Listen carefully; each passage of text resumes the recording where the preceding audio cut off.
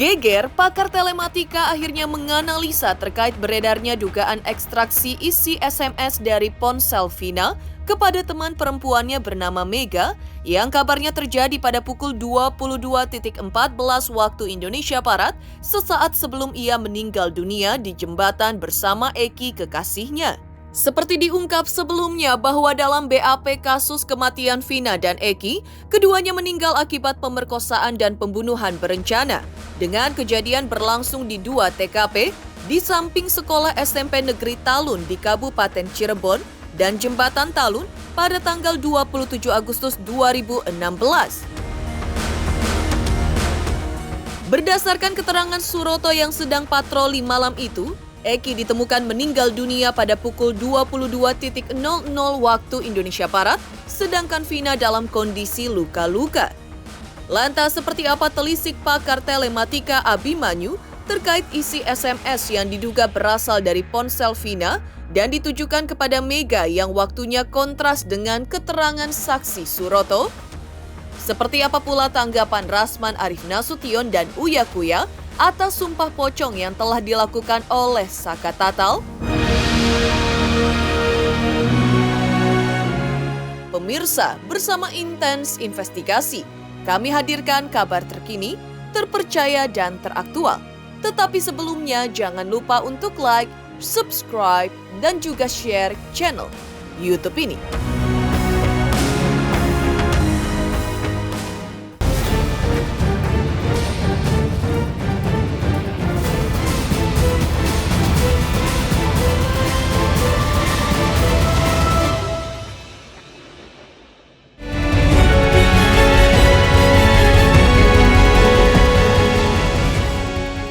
Kasus kematian Vina dan Eki di Cirebon 8 tahun silam kini seolah memasuki babak baru dengan beredarnya informasi dugaan adanya ekstraksi isi SMS dari Vina kepada teman perempuannya bernama Mega sebelum ia meninggal dunia pada malam tanggal 27 Agustus 2016. Ekstraksi isi handphone Vina Cirebon ini terungkap Vina dan temannya yang bernama Mega masih bertukar pesan pada pukul 22.14 waktu Indonesia Barat. Mau nggak Meg? Ntar dijemput sama kita. Lalu SMS dari Vina tersebut dibalas oleh Mega. Wah, ada di mana pagi ya? Isun udah di rumah Widi, tulis Mega. Isi diduga SMS Vina ini menegaskan bahwa di malam kejadian, tepatnya pada pukul 22.14 waktu Indonesia Barat, Vina dan Mega masih berkomunikasi biasa. Padahal dalam keterangan saksi bernama Suroto, ia melihat banyak orang di jembatan pada pukul 22.00 ketika ia tengah melakukan patroli. Yang ia tidak tahu ada kejadian apa, rupanya ditemukan Eki yang sudah meninggal dunia dan Vina alami luka-luka. Maka untuk mengetahui apakah benar informasi diduga ada SMS dari ponsel Vina yang kini beredar sebelum ia meninggal dunia, pakar telematika yaitu Abimanyu pun memberikan pandangannya. Menurut Abimanyu, bukti diduga SMS dari ponsel Vina tersebut bisa dilihat sebagai suatu informasi bagi pihak-pihak terkait yang perlu untuk ditindaklanjuti. Soal benar tidaknya perlu dicek lebih lanjut ke dalam perangkat ponsel Vina sebagai asal SMS dan ponsel Mega temannya sebagai tujuan SMS tersebut, lalu dirangkai untuk memastikan urutannya. Kita bicaranya ini ilmu telematika, ilmu forensik, atau ilmu umum, ya. Kalau kita bicara ilmu umum, tentu segala sesuatu yang bisa cenderung misalnya memberikan suatu highlight, ya, sesuatu yang terkesan mengungkapkan harus diterima secara positif. Pemikirannya begitu saja. Jadi segala sesuatu yang lebih berkecenderungan, ada sesuatu yang bisa misalnya semakin mengungkapkan, apalagi ini terkaitnya dengan korban misalnya. Hari itu harus ditanggapi secara positif untuk ditindaklanjuti.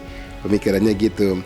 Tetapi saat kita bicaranya adalah soal secara telematika, maka pembuktian itu tidak cukup hanya sekedar screenshot video.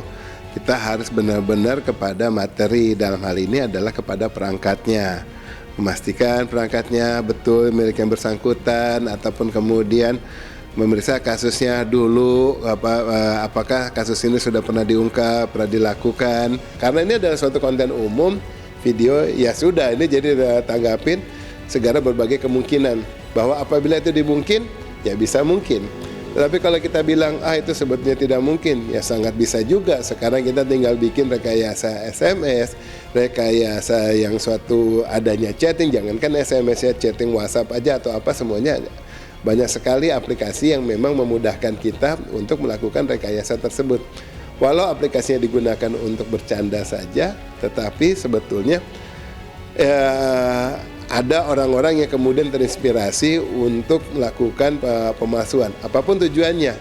Nah, kemudian kalau nanti ini sudah terbukti, akhirnya sudah ketahuan bahwa hal ini benar terjadinya, dan kemudian hal ini bisa memberikan suatu indikasi ataupun bisa membantu pihak-pihak siapapun, baik penyelidik maupun penyidik untuk melakukan tindak lanjut ya dan pengungkapan, maka levelnya nanti adalah sebatas memberikan informasinya kepada mereka, kemudian untuk ditindaklanjuti, dan kembali terlepas lagi ya menutup mata untuk melihat kebenarannya atau tidaknya. Kebenaran suatu data tersebut ada di dalam perangkat tersebut secara meyakinkan, disitulah yang orang telematikannya. Selebihnya itu harus ada kerjasama pihak lain untuk memastikan message ini artinya apa. Nah, nanti orang telematikan tinggal ngasih tahu, ketemu ada 5 message nih, tapi urutannya bukan jempol, telunjuk, jari tengah, dan seterusnya, tetapi pertama telunjuk, kemudian jari manis, kemudian jari tengah, kelingking, baru telunjuk misalnya.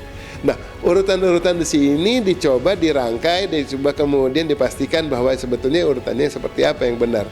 Nanti dihubungkan kepada nomor-nomor lain tujuannya yang juga apakah menerima dengan sesuai urutan ini. Nah, itu akhirnya baru bisa terungkap.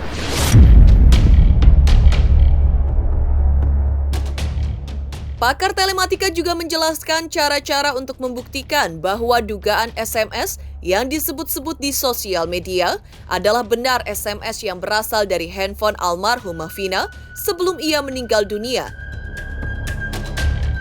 Hal itu dilakukan untuk membuktikan apakah SMS tersebut memang otentik atau tidak.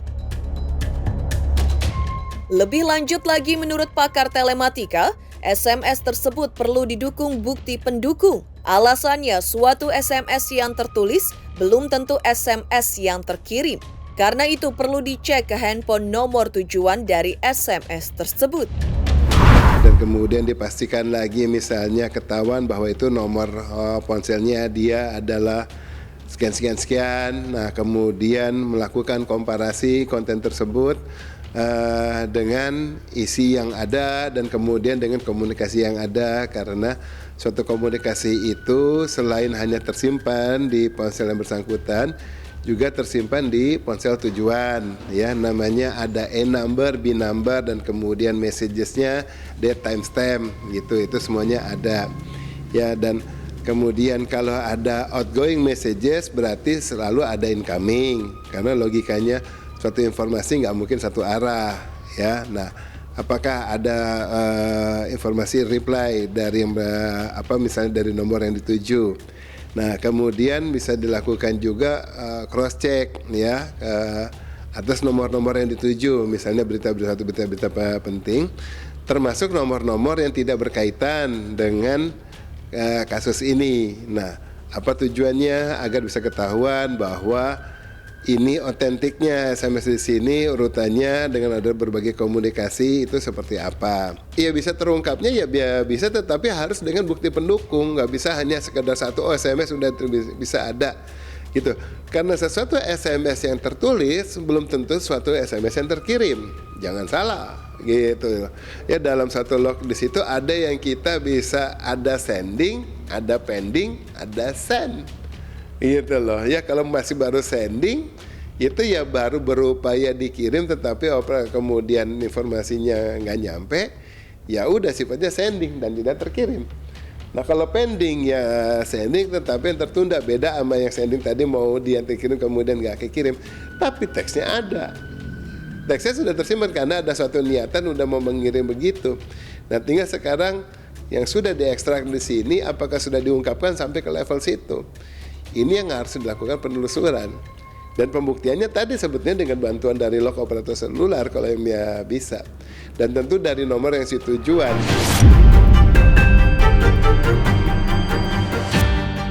Lebih lanjut, dalam upaya menemukan kebenaran, pakar telematika menganjurkan untuk dilakukan penelusuran terkait SMS tersebut. Hal itu dimaksud dengan menelusuri jaringan-jaringan seperti server lintas operator seluler. Jika penelusuran itu sudah dilakukan dan menemukan bahwa memang seperti itu yang terjadi, maka aksi selanjutnya adalah pakar telematika melakukan 3 hal, yaitu telisik, teliti, dan telusuri atas konten SMS tersebut. Ketiga hal tersebut semuanya dilakukan secara digital dan secara telematika diungkapkan. Dan baru bisa diambil kesimpulan benar atau tidaknya SMS yang beredar yang diduga berasal dari handphone almarhumah Vina sebelum ia menghembuskan nafasnya yang terakhir. Kemudian dilakukan lagi penelusuran sampai ke jaringan. Ya kita ngomong jaringan ada S7, ada kemudian SMS Center dan lain sebagainya yang terlalu teknis kalau diungkapkan. Tapi ibaratnya di situ adalah bahwa terjadinya suatu komunikasi secara telematika. Saya bilang ini telematika karena kalau udah SMS itu komunikasi antara 2 perangkat digital. Ya berarti ini masuk ke ranah telematika. Nah, di situ kemudian dilakukan cross check bahwa ini tidak langsung terkirim tetapi ada suatu server yang menerima. Belum lagi apabila ini terjadi lintas operator, maka bisa ditelusuri, ya. Nah, seperti itu. Setelah itu dilakukan, maka kita bisa pastikan bahwa itu yang memang terjadi, gitu. Ya, kalau sudah terjadi, kemudian tinggal dilakukan telisik, teliti, telusur. Ya, telisik mengungkapkan tadi sudah, kemudian diteliti kebenarannya sudah, kemudian lakukan telusur, ya kepada konten tersebut. Nah, itu semuanya secara digital dan secara telematika diungkapkan. Tapi saat ini diungkapkan secara hukum, ya secara hukum itu adalah selalu saya utarakan bahwa materi yang diungkapkan adalah materi yang berkaitan dengan hukum, kepada orang hukum dan demi hukum. Saat itu dilakukan tentu di sini adalah bicara soal pertanggungjawaban. Ya bukan hanya melakukan cek recheck dan kemudian setelah selesai bisa ditanggapi ya sudah, tetapi kita harus berpikir bahwa siapapun yang terlibat di sini ada saksi yang memberatkan, ada saksi yang meringankan, sementara yang kalau yang orang-orang kayak saya biasanya nanti diminta jadi sebagai keterangan ahli. Nah,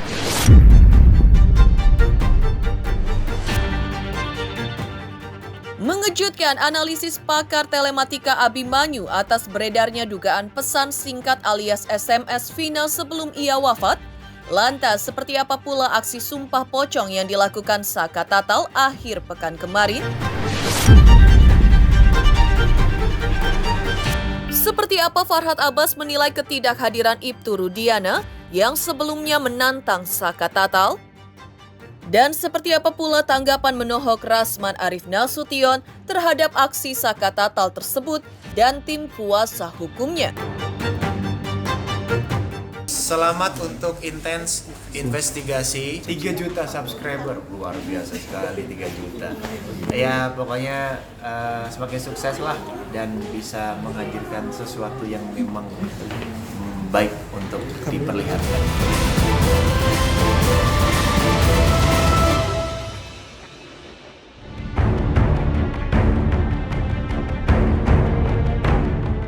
Menjawab tantangan Ibtu Rudiana untuk melakukan sumpah pocong guna membuktikan bahwa Saka Tatal memang bukan pelaku pembunuh Eki dan Vina di tahun 2016 silam, sebagaimana sudah divonis pengadilan dengan ganjaran hukuman penjara selama 8 tahun sampai ia dibebaskan. Akhirnya, Saka Tatal pada hari Jumat tanggal 9 Agustus lalu pun melakukan sumpah pocong di kampung halamannya di Cirebon, disaksikan oleh sejumlah tim kuasa hukumnya, yaitu Farhad Abbas dan Ibu Titin. Namun sayangnya saat Saka Tatal menjawab tantangan Ibtu Rudiana, ayah almarhum Eki ini yang juga belum menyatakan berani sumpah pocong, malah tidak sekelebat pun menunjukkan batang hidungnya di lokasi.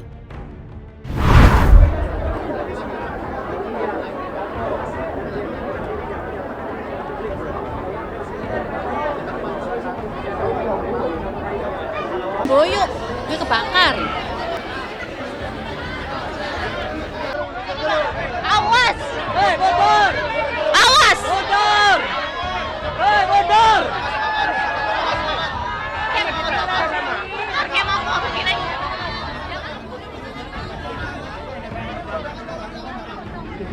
baik toh.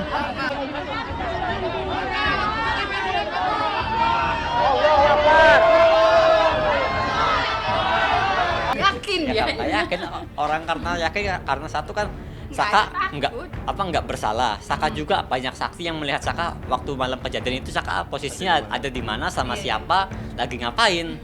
Nanti kenapa harus takut lagi nggak salah maju terus terabas. Begitu yakinnya seorang dia tidak melakukan satu kejahatan sehingga dia berani berbohong. Sebenarnya kan dia sudah melalui hukuman yang ringan 8 tahun walaupun berat sekali bagi anak kecil. Tapi Saka melewati itu. Ini sebenarnya awalnya tantangan daripada Rudiana yang tidak datang. Justru makanya saya juga komentarnya si Saka Tatal ini, waduh, kita ini banget lah. Apa sih kita memberikan apresiasi gitu? Yang barangkali karena merasa bahwa dianya itu dengan katakan apa ya, kebenarannya dia gitu. Jadi walaupun tanpa Ibu Rudiana, dia siap untuk melaksanakan sumpah pocong tersebut.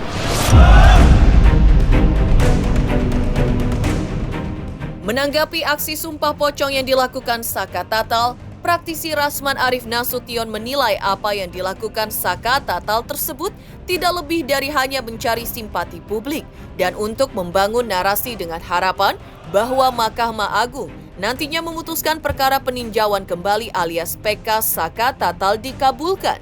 Pasalnya menurut pandangan hukum Rasman, sumpah pocong sama sekali tidak punya efek secara hukum karena tidak berlaku dalam KUHP ataupun undang-undang lainnya. Lebih lagi, vonis pengadilan atas Saka Tatal, demikian Rasman melanjutkan, tidak bisa menganulir vonis pengadilan yang sudah mempunyai kekuatan hukum tetap. Rasman juga punya pandangan sendiri soal alasan Ibtu Rudiana tidak hadir menepati janjinya untuk melakukan sumpah pocong, juga seperti yang ia janjikan sebelumnya. Saya kan sudah sampaikan beberapa waktu yang lalu di beberapa media.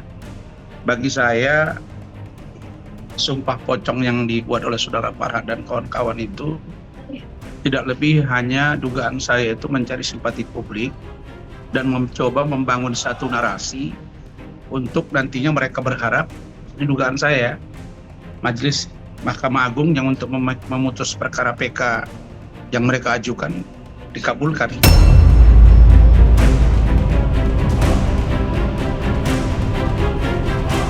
Saya sudah katakan, kalaupun dia mau membentuk satu opini, narasi di publik bahwa dia bukan pelakunya, tetap saja putusan pengadilan itu tidak bisa dianulir oleh sumpah pocong.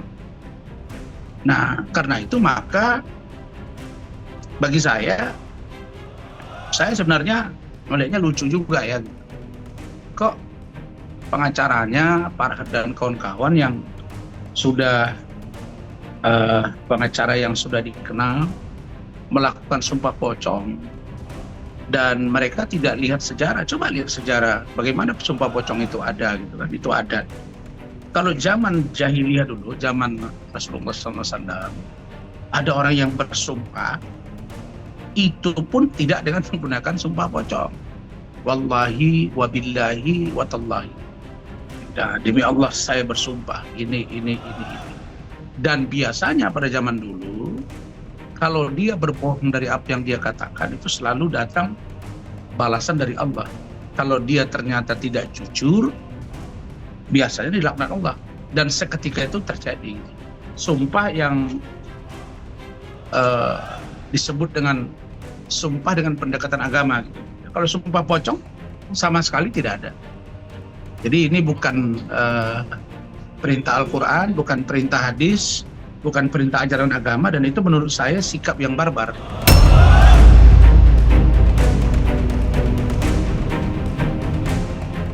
Geger aksi Saka Tatal didampingi Farhad Abbas lakukan sumpah pocong yang mendapat tanggapan menohok dari Rasman Arif Nasution. Lantas, seperti apa pula tanggapan Uya Kuya atas aksi sumpah pocong Saka Tatal dan ketidakhadiran Ibtu Rudiana? Halo, saya Cika Bode. Selamat untuk Intens Investigasi dengan subscribernya 3 juta. Wow, keren banget. Semoga info-infonya bermanfaat buat teman-teman semuanya. Selamat!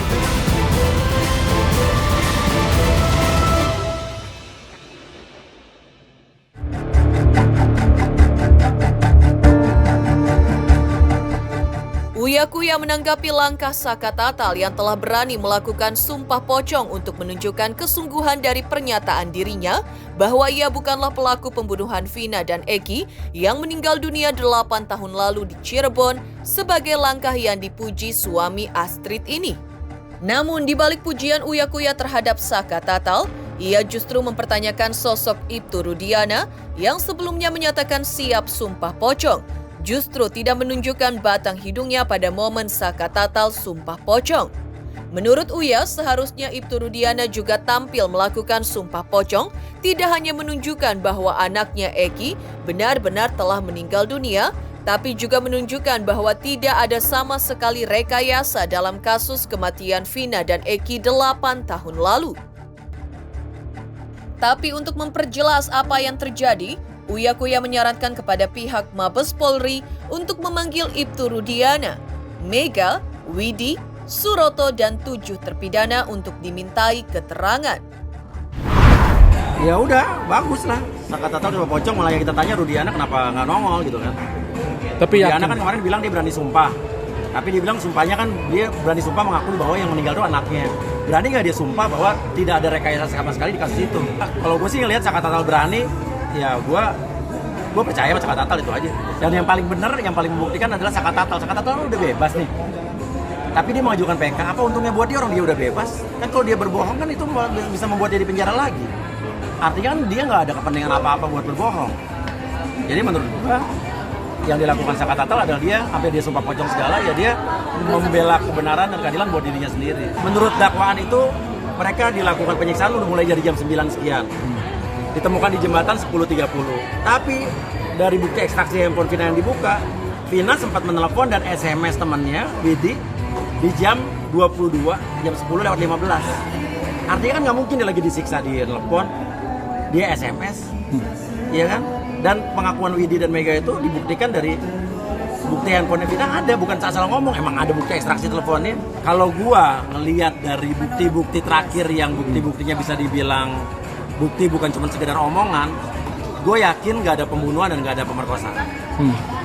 Tapi melihat, gue yakinnya bisa jadi 90% adalah kecelakaan. Yang kita nggak tahu kecelakaannya akibat kecelakaan tunggal, apa kecelakaan yang dikejar-kejar orang, atau kecelakaan karena diapain orang, kita nggak tahu. Cuman menurut saya dari yang kita lihat bukti terakhir, apalagi bukti ekstraksi telepon Vina yang dibuka, itu bisa dijadikan keyakinan bahwa tidak ada peristiwa pembunuhan dan pemerkosaan. Dan menurut gue peristiwa ini gampang banget. Tinggal polisi Mabes Polri manggil Rudiana, Mega, Widi, Suroto, 7 terpidana. Terus udah gitu semua ditemuin, diminta keterangan.